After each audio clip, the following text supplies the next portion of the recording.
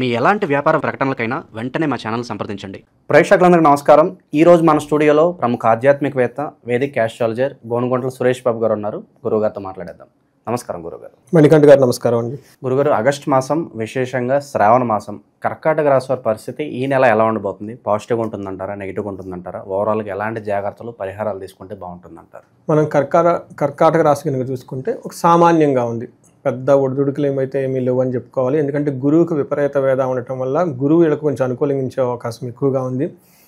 తర్వాత ధన ప్రవాహం సూర్యుని వల్ల వచ్చే అవకాశం ఎక్కువగా ఉంది. తర్వాత మనకి శుక్రుడు వల్ల అర్ధ ప్రాప్తి అంతా బాగుంది. అయితే మనకి కుజుడు వల్ల కూడాను విపరీతమైన ధనం వచ్చే అవకాశం ఎక్కువగా ఉంది. మనం చెప్పుకుంటే వీళ్ళకి మెజారిటీ ఒక 50-50 అనుకోవచ్చు అనమాట. మనకి అంత బాగలేదని చెప్పలేము, అంత బాగుందని చెప్పలేము. ఒక సాధారణంగా నార్మల్గా వెళ్ళిపోయేది అని మనం చెప్పుకోవచ్చు. మనకేం చెప్తారంటే ధనం, ధనలాభం, పరాభవం, అర్ధ ప్రాప్తి అని చెప్తారు. అంటే ధనం బాగుంది, ధనం సంబంధించిన వనరులకు ఖచ్చితంగా వచ్చే అవకాశం ఎక్కువగా ఉంటుంది. అయితే అవమానాలు జరిగే అవకాశం ఎక్కువగా ఉంది. ఇది కొంచెం గమనించుకోవాలి.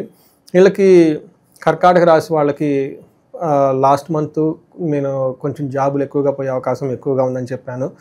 కొంతమంది నాకు ఫోన్లు ఆల్రెడీ చేస్తూ ఉన్నారు. మనకి ఈ వీడియో షూట్ కూడాను మనకి జులైలో జరుగుతుంది కాబట్టి నేను ఇంకా కొన్ని కాల్స్ అవన్నీ ఎక్స్పెక్ట్ చేస్తున్నాను. లాస్ట్ మంత్ ఏం చెప్పానంటే స్థాన నష్టం, స్థానభ్రష్టత్వం అని చెప్పడం జరిగింది. జాబ్లో ఒడిదుడుకులుగా ఉండటం, ఇబ్బందులు పడే అవకాశం ఎక్కువగా ఉంటుంది. అయితే ఇదే కొంచెం ఈ మంత్ కూడా కొనసాగే అవకాశం ఎక్కువగా ఉంటుంది. ఆగస్టు మంత్ 17th వరకు ఈ సిచ్యువేషన్ ఉండే అవకాశం ఎక్కువగా ఉంది. కొంచెం జాబ్లో, వృత్తిలో కొంచెం జాగ్రత్తగా ఉంటే సరిపోతుంది. మనకి సూర్యుడు 2nd హౌస్లో ఉండటం వల్ల ఏం చెప్తారంటే ఇది కొంచెం ఇబ్బంది పెట్టే పరిస్థితి అని చెప్తారు.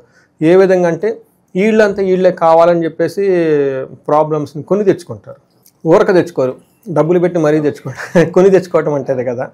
వీళ్ళకి ఏమవుతుందంటే హీనత్వం, దుష్ట సంసర్గో, మనస్తాప, శిరోవ్యధ, నిష్ఫలం కృషి వాణిజ్య విత్తరాశిగతౌ రవి అని చెప్తారు. అంటే ఈ టైంలో వీళ్ళకి బాడీలో కొంచెం వీక్గా ఉండటం, దుష్ట సంసర్గ, దుష్టుల సవాసం వీళ్ళే పడతారు పోయేసి, మనస్తాపానికి గురవుతారు, అయ్యో అనవసరంగా ఈ పని చేశాను అని చెప్పేసి. తర్వాత శిరోవ్యధ, విపరీతంగా తలనొప్పి రావటం, ఏదైనా కనుక పని చేస్తే అందులో కలిసి రాకుండా వీళ్ళకి కొంచెం అప్రిషియేషన్ అనేది ఏముండదు. ఏదైనా పని కనుక చేస్తే అందులో ఫెయిల్ అవుతూ ఉంటారు అనమాట.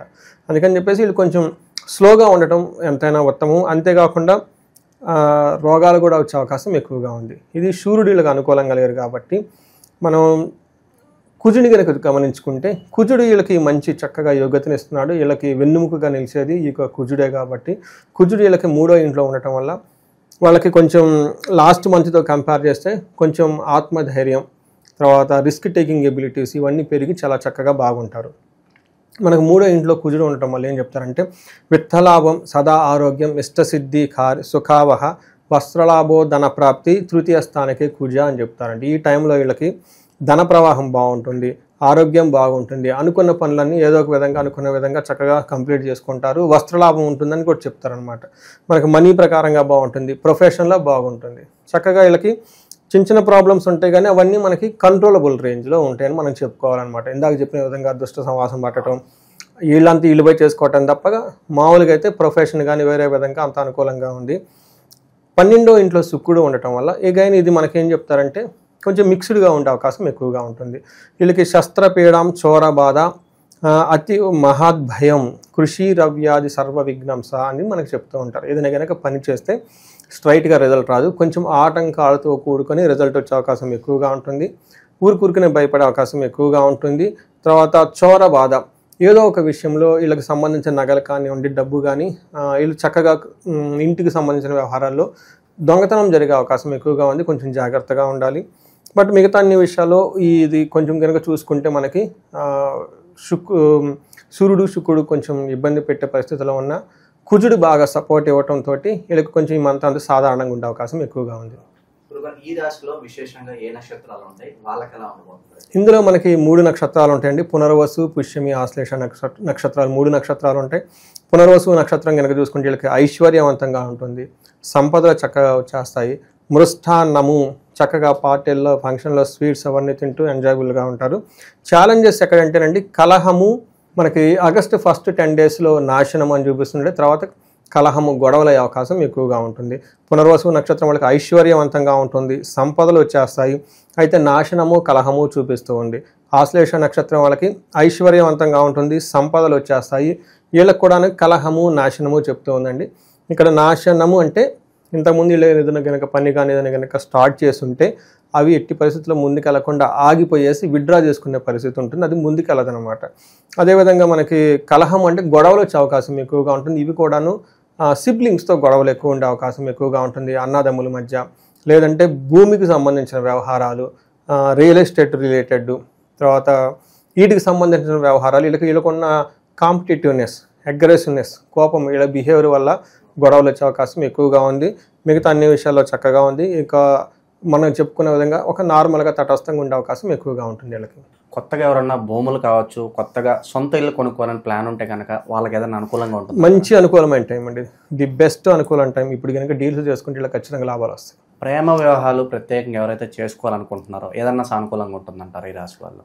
సో ప్రేమ వ్యవహారాలు కూడా అనుకూలంగా ఉంటుందండి, పెద్ద ప్రాబ్లం అయితే ఏం లేదు. కొంచెం శుక్రుడు ఏమంటారంటే సరైన పొజిషన్లో లేకుండా ఉండటంతో ఆటంకాలు వచ్చే అవకాశం ఎక్కువగా ఉంది ప్రేమ వ్యవహారాల్లో. ఇక దూర ప్రయాణాలు చేసే వాళ్ళకి ఏదన్నా సూచన ఉందా? అంటే చాలా వరకు పలానా పని మీద వెళ్తూ ఉంటారు, అది జరక్క మళ్ళీ వెనక్కి వచ్చేస్తూ ఉంటారు, ఏదైనా డిసప్పాయింటెడ్గా ఉంటారు, వాళ్ళకి ఏదైనా సూచన ఉందా? వీళ్ళకి ఏం చెప్తానంటేనండి, ఉన్న పనులు చక్కగా చేసుకుంటే బెస్ట్ అండి. కొత్తగా ఏ పని చేయకుండా కొంచెం అవాయిడ్ చేస్తే ఈ మంత్ మంచిది. ఎందుకంటే సూర్యుడు 2వ ఇంట్లో ఉండటం వల్ల అధికారులతో కానివ్వండి, లేదంటే కొత్తగా ఏదైనా కనుక పని చేస్తే అందులో ఆటంకాలు ఉండే అవకాశం ఎక్కువగా ఉంటుంది. ఈ 2 విషయాల్లో కొంచెం జాగ్రత్తగా ఉండాలి. లేదా మీరు చెప్పిన విధంగా ట్రావెల్స్లో యాక్సిడెంట్లు అవ్వటం, విఘ్నాలు రావటం ఉండే అవకాశం ఎక్కువగా ఉంది. సో దుష్టులతో జాగ్రత్త అని మీరు చెప్పారు ఇందాక, అంటే వాళ్ళ వల్ల ఏదైనా నష్టం జరుగుతుందంటారా? ప్రలోభాలకు గురయ్యే అవకాశాలు ఉంటాయి? ఖచ్చితంగా అందుకని దూరంగా ఉండాలి. నాకు ఇది అంటే ఇది రిపీటెడ్గా తిరుగుతుంటాయి కదండి. నాకు కొంతమంది ఫోన్ చేశారు, గురుగారు మీరు భలే చెప్పారండి, ఎవరు చెప్పలేదు, మాకేమో ఉన్నాయండి రిలేషన్స్లో, అవేమో వదిలించుకోలేకపోతున్నాము, మళ్ళీ బాధపడుతూ ఉంటాము, ఎంతకాలం ఏంటి, ఇది బాగా చెప్పారండి అని చెప్తూ ఉంటారు. అది సహజమండి. ఓకే, మనకు అది మన జ్యోతిష శాస్త్రం ఇది మంచి చెడు అని ఏమి ఉండదండి. ఈ జన్మ ఎత్తినప్పుడు కొన్ని యోగాలతో పుడతాం, వాళ్ళు ఆ యోగాలు అనుభవించాలి. కొన్ని మొదట్లో చాలా బాగుంటారు, కొన్నిసార్లు దానివల్ల వేరే పరిణామాలు చేసి వాళ్ళు ఇబ్బంది పడుతుంటారు, కొన్నిసార్లు బిగినింగ్లో ఇబ్బంది పడుతుంటారు. అలా లైఫ్ అనేది అంటే బిగినింగ్ టు ఎండ్ షార్ట్ కదండి, జన్మ ఎత్తిన తర్వాత అలా ఎక్స్పీరియన్స్ అవుతూ ఉంటారు. కొన్నిసార్లు సహజంగా పడుతూ ఉంటాం. ఓకే, ఆల్కహాల్ ఎక్కువగా తీసుకోవటము, లేదంటే బెట్టింగ్లు చేయటము, లేదంటే రిలేషన్షిప్స్ పెట్టుకుంటాం. వీటిలో కొంతకాలం బాగానే ఎంజాయ్ చేస్తాం, కొన్ని సందర్భాలు అవి బ్యాడ్గా ఎండ్ అవుతాయి. కొన్నిసార్లు కొంతమంది చాలా తెలివి కలవాళ్ళు చక్కగా మేనేజ్ చేసుకుంటారు, అలా రకరకాలు వెళ్ళిపోతూ ఉంటుంది. సెప్టెంబర్లో సార్ విశేషంగా మనకి స్టూడెంట్స్ అబ్రాడ్ వెళ్ళి మాస్టర్స్ చేయాలనే ఆలోచనలో ఉంటూ ఉంటారు కదా, వాళ్ళకి ఏదన్నా సూచన ఏదన్నా ఉందా ఈ రాశి వాళ్ళకి? ఇదికి ఫారెన్ అంటే లాంగ్ ట్రావెల్ చేయాలని ఎవరైనా కనుక అనుకున్నారో ఇది వాళ్ళకి అంత అనుకూలం అయితే కాదండి. ఎందుకంటే 9వ ఇంట్లో శని ఉన్నారండి. శని 9th హౌస్లో ఉండటంతో లాంగ్ ట్రావెల్స్ అబ్రాడ్ అవన్నీ వెళ్ళడానికి డిలే చేస్తూ ఉంటారు. అందులోనే ఆయన రెట్రోగేట్లో ఉన్నారు కాబట్టి వచ్చే 100 days వరకు అయితే అనుకూలంగా లేదండి. ఇక వ్యాపారుల సంగతి చూస్తే ఇన్వెస్ట్మెంట్స్ పెట్టడానికి ఇది సరైన టైమేనంటారా? ఎలాంటి వ్యాపారాలు బాగా కలిసి వస్తాయి అంటారు?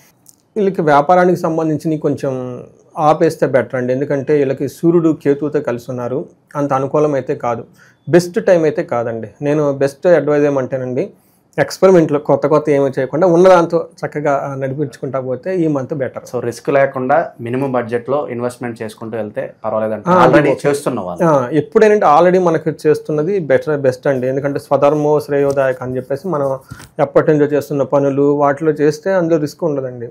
కొత్తవి కనుక మనం ఎక్స్పెరిమెంట్ చేయాలనుకోండి, గోచారంలో బాగుండాలి, వాళ్ళ జన్మజాతకం కూడా చూసుకోవాలి. ఎందుకంటే మొన్న ఎవరో ఫోన్ చేశారు, డాక్టర్ అనమాట వాళ్ళు, పాపం సొంతగా క్లినిక్ పెట్టుకోవాలనుకుంటున్నామండి, మీ అడ్వైజర్స్ ఏంటని చూసి చెప్పాను. నేను స్టడీ చేస్తే ఒక 2 years వరకు వద్దండి, ఉన్నదంటే చక్కగా చేసుకోండి, లేదంటే మేము ఓన్గా పెట్టుకోవాలను. ఒకసారి ఆ ఓన్గా పెట్టుకోవాలని థాట్ వచ్చినప్పుడు ఈ జాబ్ వాళ్ళకి నచ్చదు. నేను చెప్పాను, ఇప్పుడు కనుక పెట్టుకుంటే మీరు 10 ఏళ్ల నుంచి ఏమో కొద్ది గొప్ప సంపాదించుంటారు, అవన్నీ అక్కడ పెట్టేసుకుంటారు, ఆ ఆఫీస్కి, ఆ హాస్పిటల్కి, కన్స్ట్రక్షన్స్కి అంతా. ఆ తర్వాత అమౌంట్ లాక్ అయిపోతుంది. మీకు ఈ మనీగా ఫ్రీగా వచ్చే ఫ్లో లేదు, ఇన్కమ్ ఉండాలి కదా, ఆ ఇన్కమ్ వచ్చేది లేదు మీ జాతకం ప్రకారం 2 years వరకు. ఎందుకంటే కొంతకాలం ఆ పక్కన పెట్టుకొని తర్వాత చేయమండి అని చెప్తూ ఉంటాను అనమాట. ఎందుకంటే ఎప్పుడైనా న్యూ చేసేటప్పుడు ఇట్లాంటి మీరు అడిగిన విధంగా ఇన్వెస్ట్మెంట్లు హెవీగా చేసుకున్నప్పుడు జ్యోతిష శాస్త్రంలో ఒకసారి చూపించుకుంటే బెటర్ అండి. అంటే ప్లానెట్స్ అనుకూలంగా ఉన్నాయి, ప్రతికూలంగా ఉన్నది. వీళ్ళు ఏమనుకుంటారండి, క్లినిక్ పెట్టుకుంటే ఈ బాధ పోయిద్ది అనుకుంటారండి. ఈ బాధ పోవటం కాదు కదా, ఉన్న డబ్బులు కూడా పోతాయి. అదేమవుతుందంటే అంటారు చూడండి, పెనం మీద నుంచి పొయ్యిలో పడినట్లు. ఇంకా అలాంటి డెసిషన్స్ కొన్ని మనం ఏ రంగాల్లో పెట్టుబడి పెడుతున్నాము, ఏ టైంలో పెడుతున్నాము, కరెక్టా కాదా అనేది 1-2 సార్లు చూసుకోవాలి. కరెక్ట్ అండి, మంచి క్వశ్చన్ అండి, బాగా అడిగారు. సో ఓవరాల్గా మరి శ్రావణ మాసం కాబట్టి విశేషంగా ఇంకా వీళ్ళకి మంచి జరగాలంటే ఎలాంటి పరిహారాలు బాగా అవసరం అంటారు? మీరు గమనించున్నారు కదండి, వీళ్ళకి ఎక్కువ గొడవలు అయ్యే అవకాశం చూపిస్తుందండి. ఈ టైంలో నేనేం చెప్తానంటే అండి, మన్యు పాశుపత అభిషేకం కానివ్వండి, లేదంటే చండీ హోమం, చండీ పారాయణం చేసుకున్న, లేదంటే సుదర్శన హోమం అని ఉంటుందండి, అది కనుక చేసుకుంటే ఇలా చక్కగా బాగా కలిసి వస్తుంది.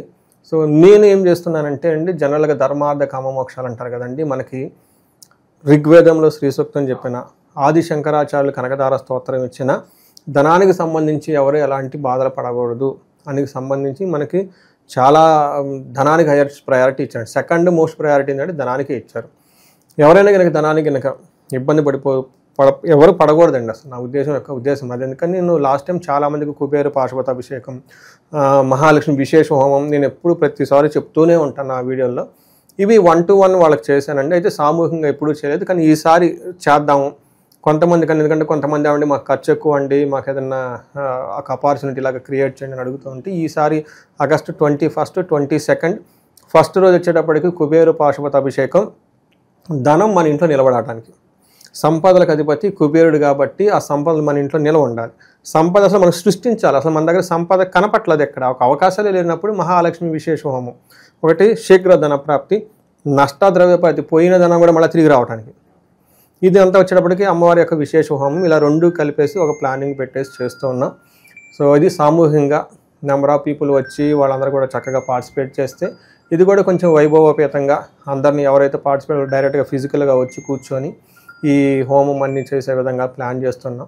ఇంట్రెస్ట్గా కనుక ఎవరైనా ఉంటే మనకి కనెక్ట్ అయితే వాళ్ళకి డీటెయిల్స్ పంపిస్తాం. ఓవరాల్గా ఈ రాశి వాళ్ళందరూ కూడా ఈ మాసం ప్రత్యేకంగా ఎలా ఉండబోతుంది అనేది అద్భుతంగా వివరించారు. ధన్యవాదాలు. ధన్యవాదాలు.